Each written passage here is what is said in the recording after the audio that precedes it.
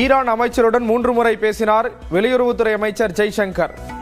Hormuz நீரிணை விவகாரம் குறித்து விவாதித்ததாக வெளியுறவுத்துறை செய்தி தொடர்பாளர் ரந்தீர் ஜெய்ஸ்வால் தகவல். தமிழ்நாடு மற்றும் புதுச்சேரியில் பெட்ரோல் தட்டுப்பாடு ஏற்பட உள்ளதாக பரவும் வதந்தி.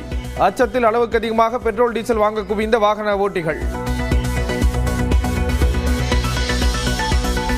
பெட்ரோல் டீசல் தட்டுப்பாடு என்ற வதந்தியால் சென்னையில் காலையிலேயே பெட்ரோல் நிலையங்களில் குவிந்த மக்கள். வாகனங்களில் பெட்ரோல் நிரப்புவதுடன் பாட்டில்கள் கேன்களிலும் வாங்கிச் சென்றனர்.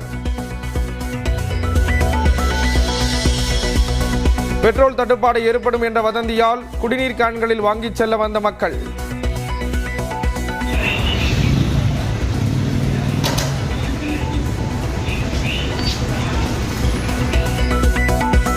கேன்களில் வழங்க மாட்டோம் என திருவாரூரில் உள்ள பெட்ரோல் பங்குகளில் அறிவிப்பு.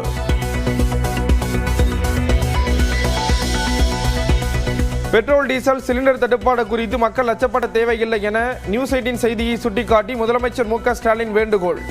போதுமான அளவு எரிவாயு கையிருப்பு உள்ளதாக மத்திய அரசு கூறியுள்ளதால் அரசின் முயற்சிகளுக்கு துணை நின்று மேற்காசிய போர் சூழலை எதிர்கொள்வோம் என பதிவு.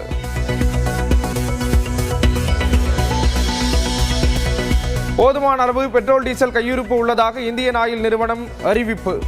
வதந்தியை நம்பி பெட்ரோல் நிலையங்களில் குவிய வேண்டாம் என மக்களுக்கு வேண்டுகோள்.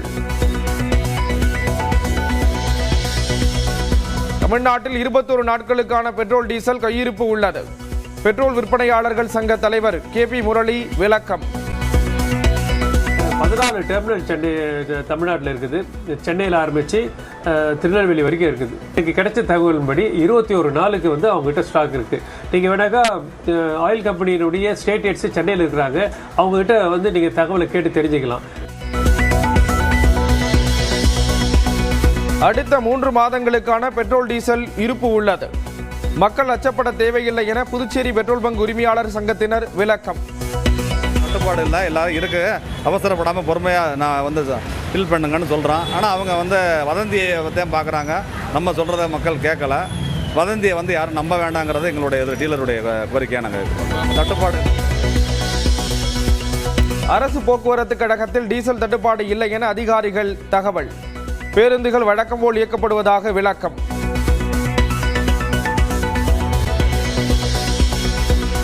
ரயில்களில் வழங்கப்படும் உணவு நிறுத்தப்படவில்லை என அதிகாரிகள் தகவல். டிக்கெட் முன்பதிவு செய்யும் போது உணவு முன்பதிவு செய்பவர்களுக்கு உணவு வழங்கப்படுவதாக விளக்கம்.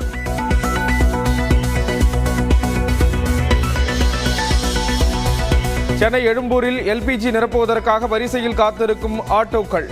தட்டுப்பாடு காரணமாக 1 கிலோ எல்பிஜி 85 ரூபாய் வரை விற்பனை செய்யப்படுவதால் வாழ்வாதாரம் பாதிக்கப்பட்டுள்ளதாக ஆட்டோ ஓட்டுநர்கள் வேதனை. 3 நாட்களாக கேஸ் சிலிண்டர் விநியோகிக்காததால் சேலத்தில் ஓரிரு நாட்களில் 3000 உணவகங்கள் மூடும் நிலை. 50% சிலிண்டர்களையாவது விநியோகிக்க வேண்டும் என உணவக உரிமையாளர்கள் கோரிக்கை.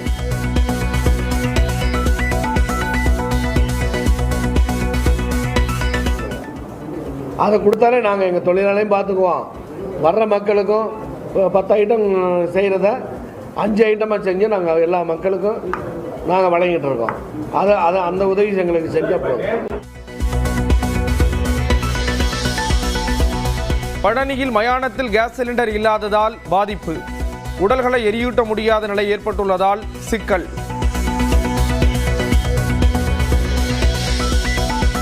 கொடைக்கானலில் வணிக பயன்பாட்டு சிலிண்டர் தட்டுப்பாடால் விறகடுப்பிற்கு மாறிய அம்மா உணவகம். நியூஸ் 18 தமிழ்நாடு செய்தி எதிரொலியாக நடவடிக்கை.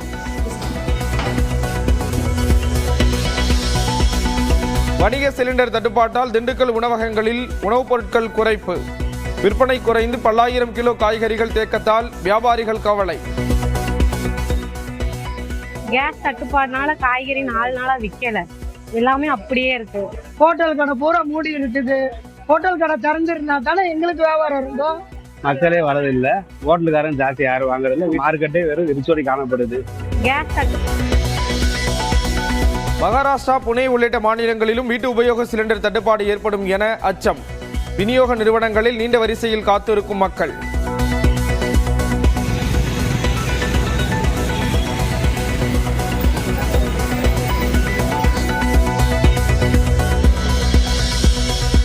2 நாட்களுக்கு ஊழியர்களை வீட்டிலிருந்து பணியாற்ற அறிவுறுத்திய HCL நிறுவனம். கேஸ் சிலிண்டர் தட்டுப்பாட்டால் அலுவலகங்களில் உள்ள உணவகங்கள் செயல்பட முடியாத நிலை ஏற்பட்டதால் நடவடிக்கை. பெட்ரோல் டீசல் தட்டுப்பாடுக்கிடையே இந்தியா வந்தது கச்சா எண்ணெய் கப்பல். மார்ச் 1ஆம் தேதி சவுதி அரேபியாவிலிருந்து புறப்பட்ட கப்பல் மும்பை வருகை. வணிக சிலிண்டர் தட்டுப்பாட்டை கண்டித்து நாடாளுமன்ற வளாகத்தில் எதிர்க்கட்சிகள் போராட்டம். மக்கள் பீதியடைய வேண்டாம் என கூறிவிட்டு பிரதமர் பீதியடைந்துள்ளார் என ராகுல் காந்தி விமர்சனம். கையிருப்பில் உள்ள 17 கோடி பீப்பாய் கச்சா எண்ணெயை சந்தைக்கு கொண்டு வரும் அமெரிக்கா. விலை உயர்வை கட்டுப்படுத்தும் வகையில் நடவடிக்கை. துபாய் மீது ட்ரோன் தாக்குதல் நடத்திய ஈரான். அடுக்குமாடி குடியிருப்பில் பற்றிய தீ.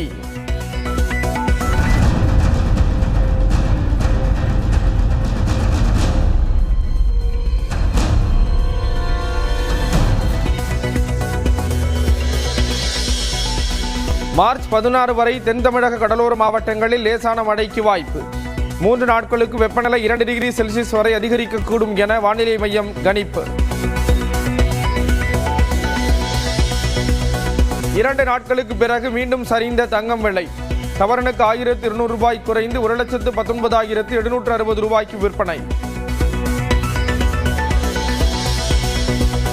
தூத்துக்குடி மாவட்டம் விளாத்திக்குளம் அருகே சந்தேகத்திற்கிடமான முறையில் 12ஆம் வகுப்பு மாணவி உயிரிழந்த விவகாரம். அலட்சியத்துடன் செயல்பட்டதாக மகளிர் காவல் நிலைய ஆய்வாளர் சஸ்பெண்ட். தூத்துக்குடி மாவட்டம் விளாத்திக்குளம் அருகே மாணவியை கொன்றவர்களை கைது செய்ய வலியுறுத்தி உறவினர்கள் சாலை மறியல் போராட்டம்.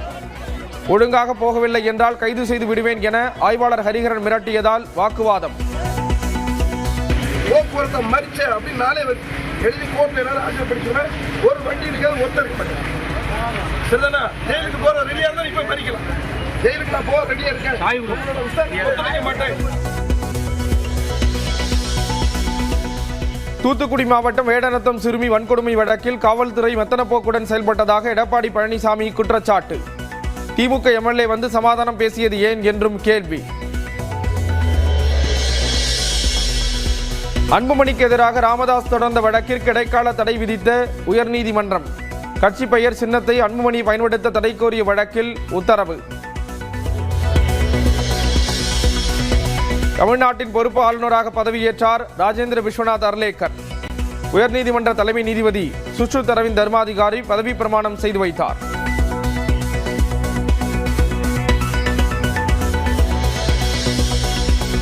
மேற்கு வங்க ஆளுநராக பதவியேற்ற RN ரவி பொன்னாடை போர்த்தி வாழ்த்து தெரிவித்த முதலமைச்சர் மமதா பானர்ஜி.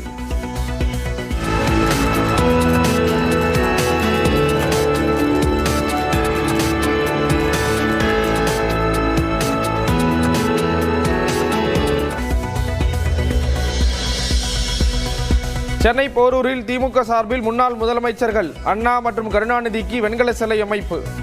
8 அடி உயர சிலையை திறந்து வைத்தார் முதலமைச்சர் மு க ஸ்டாலின்.